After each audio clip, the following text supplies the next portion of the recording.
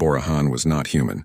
She was a trade representative for the Kalar Confederacy, one of dozens of civilizations that existed under Valkyrian dominance. When she heard about Earth's declaration of war, she thought humans were insane. So she did what any curious being would do. She hacked into Earth's communication networks to learn about these suicidal creatures. What she found disturbed her deeply. Humans had been fighting each other for thousands of years. Their entire history was soaked in blood. Wars over land, resources, ideas, gods. They had invented weapons capable of destroying their own planet. They had nearly wiped themselves out multiple times. Yet somehow they always survived. Bora watched recordings of human wars. She saw soldiers charging into certain death for their comrades. She saw civilians rebuilding cities that had been bombed to rubble. She saw a species that simply did not know when to quit.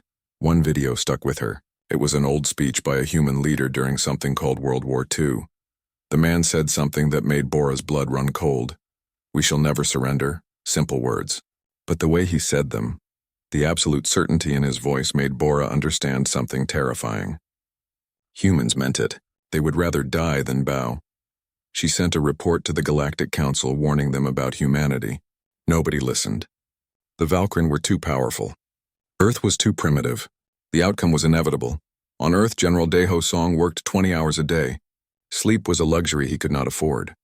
He stood in the command center deep beneath the Rocky Mountains and looked at the tactical displays. The numbers were not good. Earth had 50 military spacecraft. The Valkyrian had thousands. Human weapons were chemical rockets and basic lasers. Valkyrian weapons could destroy planets. In a straight fight, humanity would lose in minutes, so they would not fight fair. "Tell me about the Hornets," Daeho said to the man standing next to him. Tai Hyung-yoon was Earth's best engineer. He had designed the Hornet-class fighters in 3 weeks, working from the captured data Minho had recorded during the first encounter. The Hornets were small, fast, and cheap to build. "We can build 500 per week," Taehyung said. "They are not fancy. No shields, light armor, basic weapons. But they are quick. Much quicker than Valkyrian ships." Daeho nodded. "How many pilots do we have?" 12,000 volunteers so far. More coming every day. We are training them as fast as we can. 12,000 people willing to fly into space in fragile ships to fight an enemy they could not defeat. Daeho felt pride and sadness in equal measure. Lieutenant Yuna Choi entered the command center. She had been working on tactical doctrines, figuring out how to fight a superior enemy. She looked exhausted but determined. "General, I have a strategy," she said. "We cannot match them ship for ship, so we use swarm tactics. Hundreds of Hornets attacking from all directions. When we run out of ammunition, we ram them, make every single engagement cost them more than they expect to pay." It was brutal. It was desperate. It might work. "Do it," Daeho said. Dr. Jiwon Lee worked in a different part of the facility, analyzing everything they knew about the Valkyrian. She had studied biology her whole life, but now she studied an alien species with one goal: find their weaknesses. What she found was not physical. The Valkyrian were strong, healthy, technologically advanced, but they had one critical flaw: arrogance. The Valkyrian had not fought a real war in 300 years. Every species they encountered either surrendered immediately or was crushed within weeks. They had forgotten what it meant to face an enemy that refused to quit. Jiwon wrote her report and sent it to Daeho. His response was simple: "Good. We will teach them what real war looks like." 3 months passed. 3 months of desperate preparation. Factories ran day and night building Hornets. Every nation on Earth contributed resources. Old conflicts were forgotten. Humanity had a common enemy now. Then the Valkyrian came. Commander Hyon led a fleet of 50 warships to Proxima Centauri, Earth's nearest colony. 30,000 humans lived there, mining rare minerals and conducting research. It was an easy target, far from Earth's defenses. Hyon broadcast his demand for surrender. The response came from Captain Minho Park, who commanded the defense fleet. "No." One word. Hyon laughed. He ordered his fleet to advance. Then the asteroids came alive. Hundreds of Hornet fighters emerged from hidden bases carved into the rocks. They swarmed the Valkyrian ships like angry insects. The Valkyrian tried to target them with their main weapons, but the Hornets were too small, too fast, too many. Minho watched from his command ship as the battle unfolded. It was chaos. Beautiful, terrible chaos. Hornet pilots flew with reckless courage, dodging between Valkyrie vessels, targeting engines and weapon systems. When their missiles ran out, they used their guns. When their guns ran out, they rammed. One pilot, a young woman named Suji, flew directly into a Valkyrie cruiser's engine port. The explosion tore the ship in half. Another pilot, an old man named Quan, stayed behind to cover his squadron's retreat. He destroyed 3 Valkyrie fighters before his Hornet was blown apart. The battle lasted 4 hours. When it was over, 23 Valkyrie ships were destroyed or crippled. The rest retreated. Commander Hyon's flagship limped away with its engines damaged and half its crew dead. Humanity lost 300 Hornet fighters and their pilots. But Proxima Centauri still stood. Minho broadcast a message that was recorded and spread across the galaxy. You came to our home. You killed our people. You thought we would be easy to crush. Now you know the truth. Every meter of space you take from us will cost you blood. Every world you attack will fight back. We will never stop. We will never surrender. Come at us if you dare, but know this. We will make you regret it. Borahan watched the battle footage from her ship. She had traveled to the edge of the conflict zone to observe. What she saw shook her to her core. These humans fought like nothing she had ever witnessed. They did not retreat when outmatched. They did not surrender when hope was lost. They fought with a ferocity that seemed almost insane. But it was not insane. It was something else. It was the desperation of a species fighting for survival, and that made them more dangerous than any weapon. She began broadcasting the battle recordings across the galaxy. Other civilizations needed to see this. They needed to understand what was happening. The Valkyrie Dominion responded swiftly. Commander Hyon was stripped of his command and sent home in disgrace. A new commander was appointed, Supreme Commander Jebum, the Dominion's greatest military leader. Jebum was given one order: destroy humanity completely. Use whatever force necessary. Make an example that would terrify the galaxy for generations. He assembled an armada of 500 warships, 40% of the Dominion's entire military. It was the largest fleet ever gathered for a single campaign. The galaxy watched and waited. Surely this was the end. Humanity had won one battle through surprise and desperation. But they could not win a war. The numbers were impossible. On Earth, people celebrated the victory at Proxima. Parades filled the streets. Heroes were made. But in the command center, General Deho looked at the intelligence reports and felt cold dread. 500 ships, coming for Earth. They would arrive in 3 months. He called a meeting of his staff. Minho was there, freshly returned from Proxima. Yuna, Taehyung, Ji-won. All the people who had made the first victory possible. They looked tired but proud. Deho showed them the intelligence. The celebration died in their eyes. Can we win? Minho asked. Deho was quiet for a long moment. Then he said something that would become famous in human history. Probably not, but we can make them pay so dearly for victory that they wish they had never heard of Earth. We can fight so hard that the galaxy remembers humanity forever. That is a kind of immortality, Yuna smiled. It was a sad smile, but real. Then we make every second count. They went back to work. Building more Hornets, training more pilots, fortifying Earth's defenses. They had 3 months to prepare for the end of the world. But something unexpected was happening across the galaxy. Borahan's broadcasts had reached billions of beings. They saw how humans fought. They saw a primitive species bloodying the nose of the mighty Valkyrie Dominion. And some of them started to wonder. If humans could resist, maybe they could too. The seeds of rebellion were planted. Not just on Earth, but across the galaxy. Humanity did not know it yet. But they had already won something more important than a battle. They had won hope. Supreme Commander Jebum stood on the bridge of his flagship, the Eternal Victory, and watched the fleet assemble. 500 warships, the largest armada in Valkyrie history, all here to destroy one small planet. He had studied the battle at Proxima carefully. Commander Hyon had been a fool, but his failure taught valuable lessons. These humans were clever. They used speed and numbers to compensate for weak technology. They fought without honor or restraint. Jebum would not underestimate them. This time the Valkyrie would use overwhelming force. No half measures. Complete annihilation. Borahan received special permission to travel to Earth. It was dangerous. The Valkyrie considered anyone helping humanity to be an enemy. but she had to try to convince them to surrender. She landed at the Geneva spaceport and was immediately taken to meet Ambassador Seojin Kim and General Dae-ho Song. They met in a small conference room. No ceremony, no formality, just three beings trying to prevent a catastrophe. Bora spread holographic displays across the table. Battle projections, casualty estimates, probability calculations. Every simulation showed the same result. Humanity would lose. 500 ships, she said. You cannot win. Please surrender before it is too late. Maybe you can negotiate terms. Save your species. Seojin looked at the projections. His face was calm. Thank you for coming all this way to warn us, Representative Han. Your concern is appreciated. But you will not surrender, Bora said.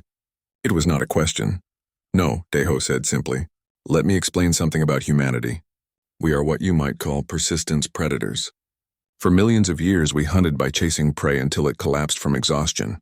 We did not need to be faster or stronger. We just needed to never give up. He stood and walked to the window. Outside, the city of Geneva bustled with life. People going to work, children playing, couples walking hand in hand. The Valkyren think war is a game with rules, Dae-ho continued. Calculated losses, strategic retreats, honorable defeats. We do not think that way. When we fight for survival, we fight until there is nothing left. The Valkyren have made this existential. They will learn that was a mistake. Bora felt cold. She realized these humans truly meant what they said. They would rather die fighting than live as slaves. What if I stay? She asked suddenly. What if I help you? Seojin smiled. It was the first genuine smile she had seen from him. Then you would be the first alien to stand with humanity. We would be honored. 3 months passed like a dream or a nightmare. Earth prepared for the end. Every factory, every resource, every person contributed to the war effort. Teenagers learned to pilot Hornets. Elderly scientists designed new weapons. Even children helped, working in factories, growing food, keeping society functioning. The moon was turned into a fortress. Massive railguns were carved into the surface, hidden until needed. Mars, despite its destroyed research station, became a supply depot. The asteroid belt was filled with hidden bases and automated mines. The entire solar system became a weapon. Captain Minho Park, now promoted to admiral, commanded the defense fleet. He had 15 capital ships, 300 smaller vessels, and over 2,000 Hornet fighters. Against 500 Valkyren warships, it was nothing, but it was all they had. The Valkyren fleet arrived on a Tuesday. Millions of people watched from Earth's surface as the sky filled with alien ships. They blotted out the stars. It was a sight that should have broken human spirits. Instead, something strange happened. People went to work. Children went to school. Life continued. If these were humanity's last days, they would spend them living, not cowering in fear. Jabum broadcast his final demand. 24 hours to surrender. No negotiations. Submit or die. Admiral Minho's response was broadcast on every channel, so the whole galaxy could hear.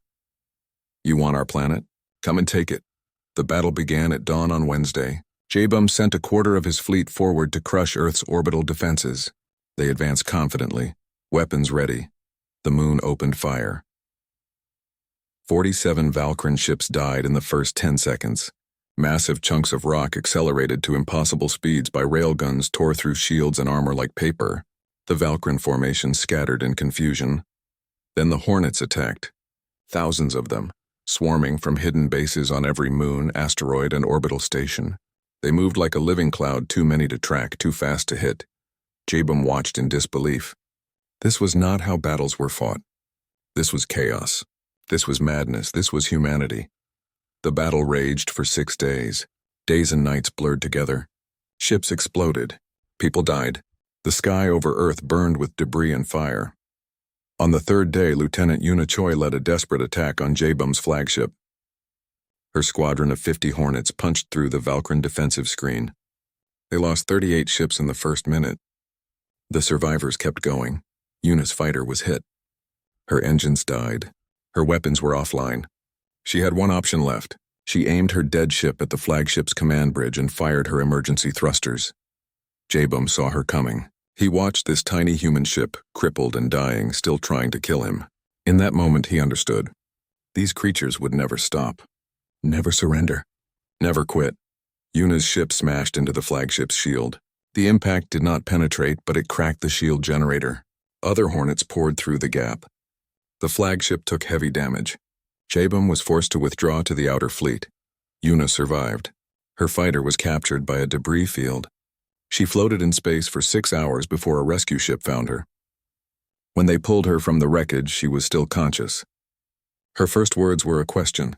Did I get him? On the 4th day, human losses reached 60%. Earth's orbital defenses were failing. The moon's railguns were running out of ammunition. Victory was impossible, but nobody retreated. On the 6th day, something unexpected happened. A Valkyran heavy cruiser was struck by debris and began falling toward Earth's Pacific Ocean. It was going to crash with thousands of crew aboard. Admiral Minho ordered rescue operations. Human ships already stretched beyond their limits moved to help. They evacuated over 3,000 Valkyran soldiers from the doomed ship. Civilians on the coast organized boats to pull survivors from the water. Enemies saving enemies. In the middle of total war, Borahan broadcast the footage across the galaxy. The whole universe watched humans pull Valkyran soldiers from the wreckage, give them medical care, treat them with dignity. One rescued Valkyran officer was interviewed. He looked exhausted and confused. They saved us, he said. We came to destroy their world. And they saved us. The battle ended in stalemate. The Valkyran fleet had lost over 200 ships. Half of Jabum's armada was destroyed or crippled. But Earth still stood. Damaged, bleeding, but alive. Jabum made a decision that would change galactic history. He opened a communication channel to Admiral Minho. Admiral Park, I request a ceasefire to discuss terms. The words shocked both sides. The Valkyran never negotiated. They conquered or destroyed. But Jabum had realized something crucial. Even if he destroyed Earth, humanity had colonies across multiple star systems.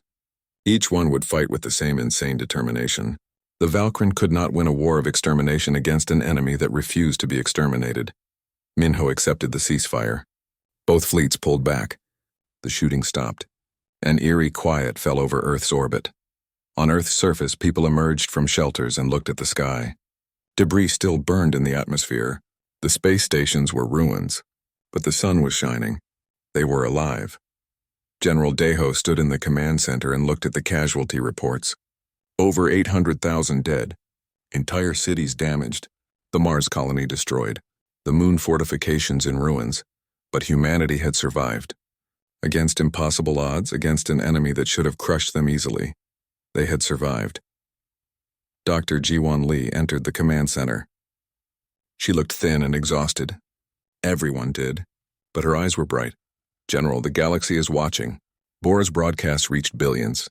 Dozens of civilizations are questioning Valkyran dominance. Some are even talking about forming an alliance. Deho sat down heavily. We did not set out to start a revolution. No, Jiwon agreed. We just set out to survive. But sometimes survival is revolutionary. Across the galaxy, civilizations that had lived under Valkyran dominance for centuries watched the Battle of Earth. They saw a primitive species fight the mighty Dominion to a standstill. They saw mercy amid violence. They saw that resistance was possible. The seeds planted by humanity's first victory at Proxima had grown into something larger. Hope. The most dangerous thing of all. The ceasefire would not last forever. Both sides needed time to recover, to rearm, to plan their next moves. But the galaxy had changed. The old order was cracking. And it all started because one small planet refused to bow. The ceasefire lasted 3 months. 3 months of nervous peace while both sides rebuilt and planned. But the real change was happening across the galaxy. The Galactic Council met in emergency session. For 300 years they had maintained order by accepting Valkyran dominance. It was easier that way, safer. But now everything was different. Borahan stood before the council. She was no longer just a trade representative. Her broadcasts of human battles had made her famous across 1,000 worlds. She had become the voice of change. Humanity has proven something we all forgot, she said. Resistance is possible. The Valkyran are not invincible. We have been afraid for so long that we forgot we have a choice. The council chamber erupted in argument. Some delegates supported her. Many were terrified. A few were angry. But nobody could ignore what had happened. A primitive species had fought the Dominion to a draw. Three civilizations broke away from the Valkyran sphere of influence: the Kalar Confederacy, the Novari Republic, and the Whispering Collective. Each had suffered under Dominion rule for decades. Each saw humanity's example and found courage. Chancellor Johann of the Kalar Confederacy was the first to make contact with Earth. His message was simple and direct. We offer alliance. We will share our technology. In return, teach us to fight like humans do. Ambassador Seojin Kim received the message with surprise and hope. Earth needed allies desperately. The ceasefire would not last forever. The Valkyran would come again, stronger than before. Chancellor Johann arrived on Earth 2 weeks later. He was tall and thin, with blue skin and 4 arms. His species, the Kalar, were peaceful traders and philosophers. They had never been warriors. Until now. The meeting took place in a rebuilt part of Geneva. Through the windows, construction crews worked to repair damage from the battle, life returning to normal, or what passed for normal now. Why do you fight? Johann asked Seojin. You knew you would lose. Any logical species would have surrendered. Seojin smiled. Maybe we are not logical. Or maybe we understand something the galaxy forgot. There are things worth dying for: freedom, dignity, the right to exist on our own terms. These are not logical, they are human. Johann was quiet for a moment. Then he said, teach us. Dr. Jiwon Lee led the technology exchange program. The Kalar brought advanced shield generators, faster engines, and energy weapons, far superior to human designs. In return, humans taught them something the galaxy had never learned: how to fight dirty. Lieutenant Yuna Choi ran training programs for Kalar military officers. She taught them swarm tactics, asymmetric warfare, and the art of making every loss cost the enemy dearly. The Kalar were shocked by human methods. Wars were supposed to have rules. Humans had none. You ram ships when you run out of ammunition, one Kalar officer asked in disbelief. Only when necessary, Yuna replied. The goal is not to follow rules. The goal is to win. Or, if you cannot win, to make the enemy regret fighting you. Meanwhile, engineer Taehyung Yoon worked with Kalar scientists to upgrade human ships. The new hybrid designs combined human ingenuity with alien technology. The results were impressive: faster, stronger, deadlier. But the Valkyran Dominion was not idle. Supreme Commander Jaeboom returned home to face judgment for his failure. The Dominion Council was furious. An inferior species had humiliated the mighty Valkyran. This could not stand. High Chancellor Dongwu, the leader of the Dominion, made a strategic decision. If humanity could not be defeated militarily, they would be destroyed politically and economically. The Dominion pressured the Galactic Council to declare humanity a rogue species. They demanded a complete trade blockade. No civilization could help Earth without facing Valkyran retaliation. Many council members agreed. Fear of the Valkyran was still strong. Better to sacrifice one species than risk war. But the strategy backfired. Dozens of civilizations who had secretly admired humanity's resistance now saw them as martyrs. The blockade did not isolate Earth. It united its allies. Orahan formally resigned from the Galactic Council and formed a new organization, the Coalition for Free Worlds. It was a loose alliance of species who refused to bow to Valkyran threats. Earth became the symbol of this movement, the planet that said no. Admiral Minho Park began running supply missions through the blockade. His ships darted through Valkyran patrol zones, delivering medicine, food, and weapons to Earth and its colonies. The missions were incredibly dangerous, but humans had stopped caring about danger months ago. On one supply run to Alpha Centauri, Minho encountered a damaged Valkyran patrol ship. It was a small vessel with a crew of 20, probably young soldiers doing routine duty. Their engines were dead, life support failing. Minho's crew wanted to leave them. These were the enemy. Let them die. But Minho remembered the rescue operations during the Battle of Earth, remembered how showing mercy had affected the galaxy. He gave the order to help. The Valkyran crew was suspicious at first, then confused, then grateful. Through translators, they talked. These were not warriors. They were mechanics, engineers, support staff. They had families, dreams. They did not hate humans. They had just been following orders. One young Valkyran soldier asked Minho a question that haunted him. Why did you save us? We are your enemies. Minho thought about his answer carefully. Because you are people. You did not choose this war. Neither did we. But we can choose how we fight it. We can choose to stay human. That conversation was recorded, shared, broadcast across the galaxy. It reached Valkyrin space, where millions of citizens were starting to question what their government was telling them about these human monsters. Specialist Narration, who ran psychological operations for Earth, saw an opportunity. She began broadcasting messages directly to Valkyrin citizens. Not propaganda, just truth. Images of human families. Stories of the people killed at Mars. Recordings of mercy amid battle. The message was simple. Humans are not monsters. They are defending their homes. Your government started this war, not them. Cracks appeared in Valkyrin society. Not everyone supported the war. Some called for peace. Others questioned why the Dominion was spending so many resources to destroy one planet. The government cracked down hard on dissent, but the damage was done. Doubt had entered Valkyrin minds. 6 months after the ceasefire, the galaxy looked completely different. The Valkyrin Dominion still held most of its territory, but its authority was crumbling. Dozens of species were talking about independence. The coalition for free worlds grew larger every week. Humanity had achieved something remarkable. They had not conquered anyone. They had not even won the war, but by refusing to surrender, by fighting with honor even in desperation, they had shown the galaxy that change was possible. General Daiho Song met with his staff to review the situation. The news was mixed. Earth was rebuilding. The alliance with the Kalar and others was strong. But intelligence reports warned that the Valkyrin were planning something big. They will not accept defeat, Jiwon said. Their entire civilization is built on dominance. If they lose to us, their empire collapses. Then they will come again, Daiho replied. Bigger, stronger, desperate. Are we ready? Minho asked. Daiho looked at the tactical displays. Human ships upgraded with alien technology. Allied fleets training together. A galaxy slowly uniting against tyranny. It was more than he had dared hope for 6 months ago. No, he admitted. We will never be ready. But that has never stopped us before. Deep in Valkyrin space, High Chancellor Dongwu made a decision that would determine the fate of the galaxy. The Dominion would use its most powerful weapons. Weapons banned by galactic law for 500 years. Planet killers. If Earth would not submit, it would be erased from existence. Completely. Utterly. A lesson to the galaxy about the price of defiance. Dongwu knew this decision would make the Valkyrin hated. But he believed it was necessary.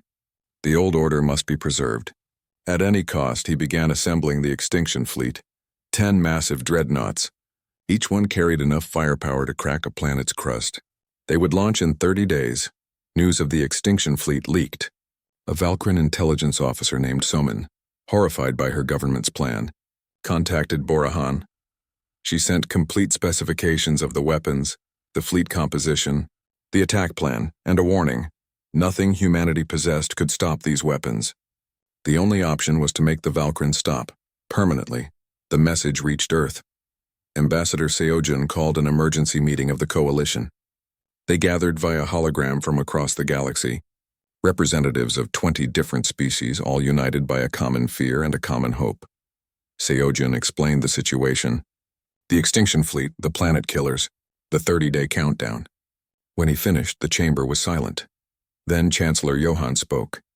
If we abandon humanity now, we prove the Valkyrin right. We prove that resistance is futile. I say we stand together. One by one, the coalition members agreed. They would not abandon Earth. They would fight together even if it meant facing extinction themselves. The alliance was no longer about Earth. It was about the future of the galaxy. Would it be a place where the strong dominated the weak, or could it become something better? Humanity had started this revolution by refusing to die quietly. Now the galaxy would finish it, together. The extinction fleet was ready. 10 dreadnoughts, each one a floating fortress of death. High Chancellor Dongwu inspected them personally. These weapons had been built centuries ago, then locked away after the galaxy agreed never to use them again. Now desperation had made them necessary. Or so Dongwu told himself. The truth was simpler and uglier. The Valkyrin Dominion was willing to commit genocide to maintain power. Supreme Commander Jaeboom stood on the bridge of the lead dreadnought. He had been given one last chance to redeem himself. Destroy Earth completely, leave nothing but dust and radiation. He felt sick. He was a soldier, not a mass murderer. But orders were orders. The fleet would launch in 3 days. On Earth, General Daeho Song gathered his staff in the command center. The intelligence from Soman was clear. The extinction fleet would arrive in 30 days. No human weapon could stop those ships. No defense would hold. We need a miracle, Admiral Minho said quietly. No, Lieutenant Yuna replied. We need a plan so crazy that nobody expects it. Daeho looked at his tactical officers. Dr. Jiwon Lee, Engineer Tae-hyung Yoon, Ambassador Seojun Kim, and Chancellor Johan, who had come to stand with humanity. All brilliant minds. All desperate. What if we attack them first? Yuna said suddenly. Not their fleet. Their homeworld. The room went silent. Attack the Valkyran homeworld? It was suicide. The planet was protected by hundreds of defense platforms, multiple fleets, weapons beyond counting. Explain, Daeho said. Yuna walked to the tactical display. They are sending everything they have to destroy Earth. What if we do the same? Send everything we have to threaten their homeworld. Not to destroy it, but to force them to call off the extinction fleet. Jiwon nodded slowly. The Valkyrans' whole civilization is built on the idea that they are invincible. If we threaten their homeworld, if we prove they are vulnerable, their entire society could collapse. We would lose most of our fleet, Taehyung pointed out. Maybe all of it. But Earth would survive, Minho said. That is all that matters. Seojun looked at Chancellor Johan. The coalition ships would have to join us. We cannot do this alone. Johan's forearms gestured agreement. My people will fight. We did not join this alliance to watch from safety. We stand together or fall together. The plan was insane, desperate, probably suicidal. But it was their only chance. Daeho gave the order. Assemble the fleet. Every ship humanity had, every vessel the coalition could spare. They would launch in 2 weeks. They would reach the Valkyran homeworld just before the extinction fleet reached Earth. A race between annihilation and revolution. The human fleet assembled at a hidden base in the asteroid belt. 300 ships. Some were human-built Hornets. Others were coalition cruisers and destroyers. All of them together were still no match for the Valkyran homeworld defenses. But that was not the point. The point was to threaten, to show the Valkyran that nowhere was safe. That genocide had a price. Lieutenant Yuna Choi was chosen to lead the vanguard. She stood on the bridge of her flagship and looked at the fleet behind her. So many brave souls. Most of them would not come home. She thought about her family on Earth, her parents, her younger brother. She was doing this for them, for everyone who wanted to live free. The fleet jumped into hyperspace. The journey would take 2 weeks. Meanwhile, the extinction fleet launched from Valkyran space. Jabum watched his homeworld disappear behind them. 10 dreadnoughts and 100 escort ships. An armada designed for one purpose, total destruction. On Earth, Admiral Taehyung Yoon commanded the last-ditch defense. He had 50 ships and whatever was left of the orbital defenses. It would not be enough, but he would make the Valkyran pay for every kilometer. The waiting was the hardest part. 2 weeks of knowing that everything depended on timing. If the human fleet arrived too early, they would be destroyed before achieving anything. Too late, and Earth would be gone. Borahan broadcast constant updates to the entire galaxy. This was not just a battle between two species. This was a test of what kind of galaxy they wanted to live in. Millions watched and waited. The human fleet emerged from hyperspace at the edge of the Valkyran home system. Yuna saw the defenses and her heart sank. Hundreds of platforms, thousands of automated weapons, 3 full defensive fleets. Captain Minho Park stood beside her. He had insisted on coming despite being needed on Earth. This was where the war would be won or lost. First wave, advance, Yuna ordered. 100 Hornets screamed forward. They died within minutes, ripped apart by defensive fire. But they cleared a path, drew fire, created chaos. The main fleet pushed through. Ship after ship fell. The coalition cruisers traded fire with Valkyran destroyers. Human vessels rammed defense platforms when their weapons failed. It was a slaughter, but they kept going. Kept pushing deeper into the system, toward the gleaming blue-green world where billions of Valkyran citizens lived in peace, never imagining war could reach them. At the same moment, the extinction fleet entered the Sol system. Taehyung watched them come, 10 massive dreadnoughts that blocked out the stars. His 50 ships looked like toys in comparison. All ships engage, he ordered calmly. They attacked with everything they had. It was like punching a mountain. The dreadnoughts shrugged off their weapons. But they kept trying. Kept fighting. Because that is what humans did. In the Valkyrin home system, Captain Minho's ship broke through the final defensive line. He was one of only 12 vessels to make it. The rest were debris. But they had done it. They were in orbit around the Valkyrin homeworld. Minho opened a communication channel. Not just to the Valkyrin government, but to every receiver in the system, to the entire galaxy. This is Captain Minho Park of Earth. You sent a fleet to destroy our world. We sent a fleet to threaten yours, not because we want to kill your people. We are not like you, but because you need to understand something. War has a cost. Genocide has a price. Call off your extinction fleet now, or we will be forced to show your citizens that their leaders cannot protect them. The message was broadcast in real time across the galaxy. Billions watched. The Valkyrin homeworld fell silent in shock and fear. On the lead dreadnought, Jabum received the transmission. He looked at his weapons officer. One word would destroy Earth, but that same word might doom his own world. In the Valkyrin council chambers, panic erupted. High Chancellor Dongwu screamed orders. Destroy the human fleet. Kill them all. But his subordinates hesitated.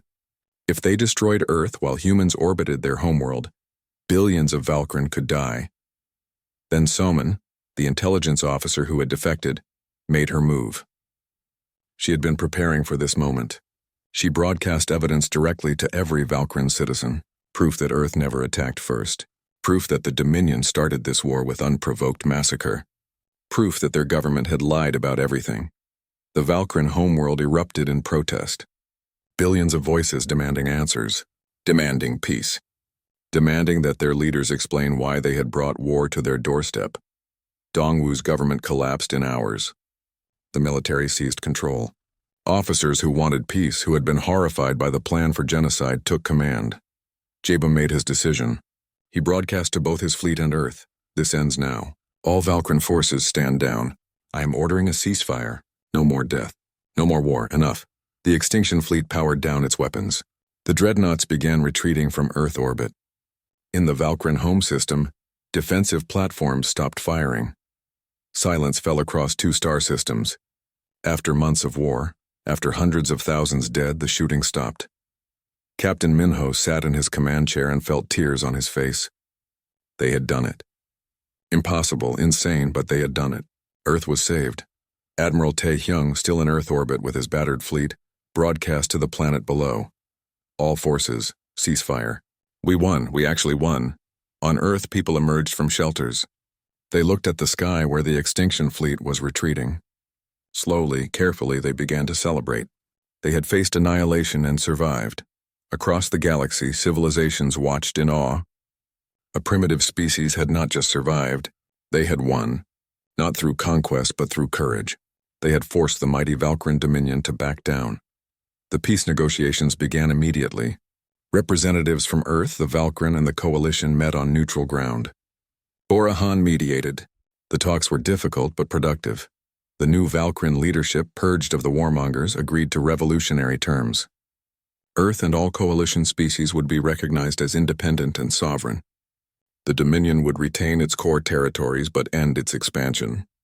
The age of Valkyrin hegemony was over. In exchange, humanity agreed to share its tactical knowledge. The galaxy would learn human warfare, not to encourage war, but to ensure that no single power could dominate through military might. Peace through mutual deterrence. The Galactic Council was reformed.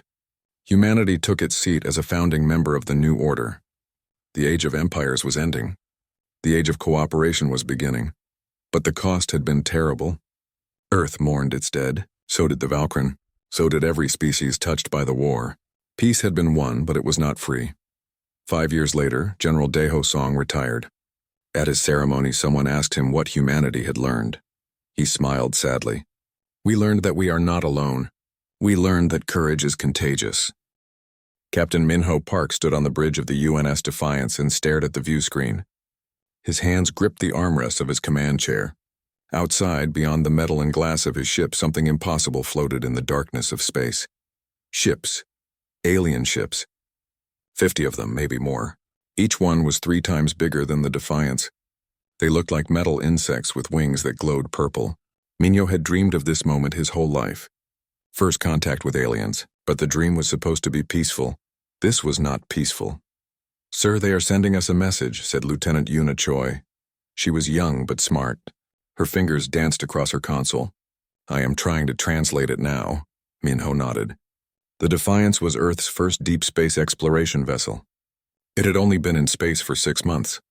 Humanity had finally reached beyond its own solar system. They had built a ship with engines fast enough to explore the nearby stars. And now they had found something, or something had found them. "Translation complete, sir," Yuna said. Her voice was tight.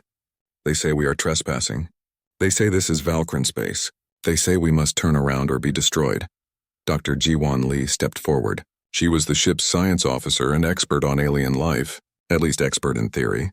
Until today, there had been no alien life to study. She pushed her glasses up and looked at Minho. "Captain, we should try to explain. We did not know this was their territory. This is a misunderstanding.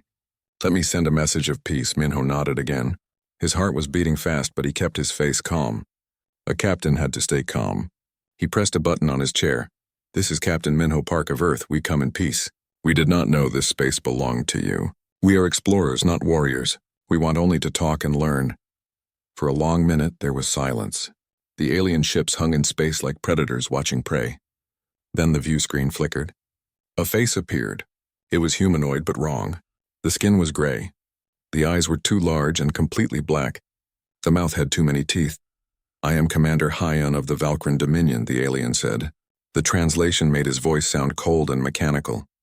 "You are primitive creatures. You do not belong among the stars. Your presence insults us." Minho felt anger flash through him, but he pushed it down.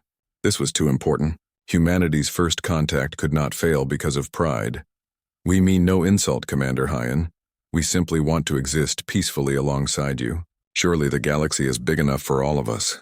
Hyan's face twisted into what might have been a smile. It looked cruel. "The galaxy belongs to the strong. You are weak. You will submit to Valkyrin authority or you will die. To show you we are serious, we will give you a demonstration." The screen went black. Yuna's console started beeping frantically. "Sir, they are targeting something, not us. They are aiming at Mars at the research station." Minho jumped from his chair. Mars Research Station was home to 127 people.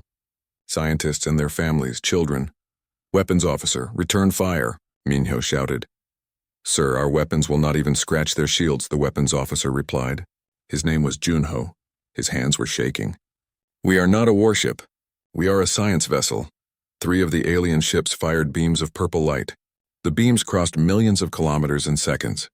On the view screen, Minho watched Mars Research Station explode. One moment it was there, a small cluster of domes on the red planet's surface. The next moment it was gone. Just dust and fire, 127 people, gone in an instant. The bridge was silent except for the beeping of consoles. Jiwon was crying quietly. Yuna's face was white with shock. Even Junho looked sick. Commander Hyan appeared on the screen again. "That was your warning. Return to your planet. Tell your leaders that Earth now belongs to the Valkyrin Dominion. You will send us tribute, resources, technology, workers. If you refuse, we will destroy your world as easily as we destroyed your station. You have 10 of your Earth days to comply." The screen went dark again. The alien ships began to move away. They left as suddenly as they had appeared.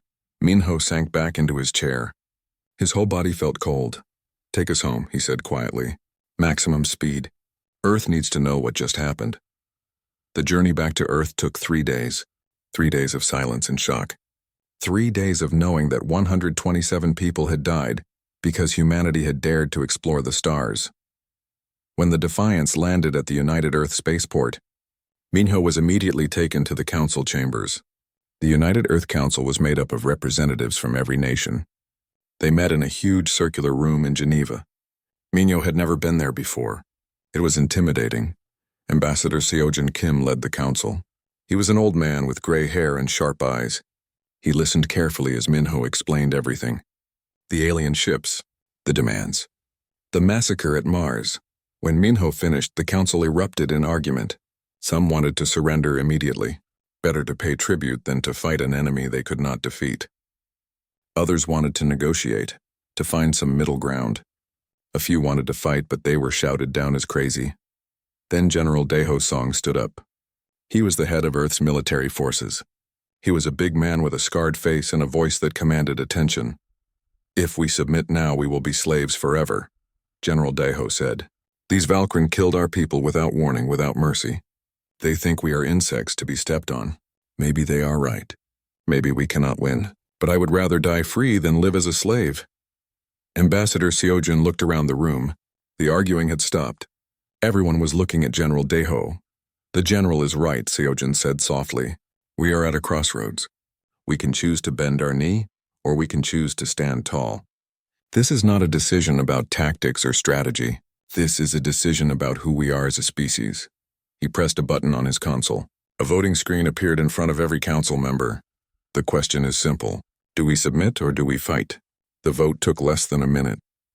When the results appeared on the main screen, Minho felt his breath catch. It was unanimous. Every single council member had voted the same way. Fight, Ambassador. Seojin stood and looked directly at the camera that would broadcast Earth's response to the Valkyrin Dominion.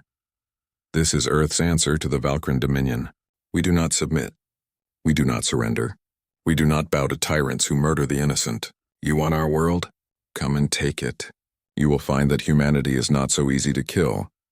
The message was sent on all frequencies, broadcast into deep space. It would take days to reach the Valkyrin. But Minho knew what would happen when it did. Earth had just declared war on an empire that spanned dozens of star systems. An empire with technology hundreds of years more advanced. An empire that had never lost a war. As Minho left the council chambers, he walked past a window. Outside, he could see people going about their normal lives. Walking, talking, laughing. They did not know yet. Soon they would. Soon everyone on Earth would know that their world was about to face annihilation. But Minho felt something strange. Despite the fear, despite knowing the odds were impossible, he felt proud. Humanity had made its choice, and somehow that made all the difference. Somewhere in deep space, Commander Hyon received Earth's message. He laughed when he heard it. A primitive species declaring war on the mighty Valkyrin Dominion. It was absurd. It was suicide. He sent a report to his superiors. The response came quickly. The Dominion would make an example of Earth. A lesson to any other species who might think about defying them. Across the galaxy, the news spread. Other alien civilizations heard about the tiny planet that had refused to surrender. Most thought humanity was foolish. Some thought humanity was brave. All of them thought humanity was doomed. None of them knew the truth. None of them understood what they were about to witness. Because humanity had one advantage that no other species in the galaxy possessed. When humans were pushed to the edge of extinction, when everything they loved was threatened, they did not give up. They did not break. They became something more dangerous than any weapon. They became unstoppable.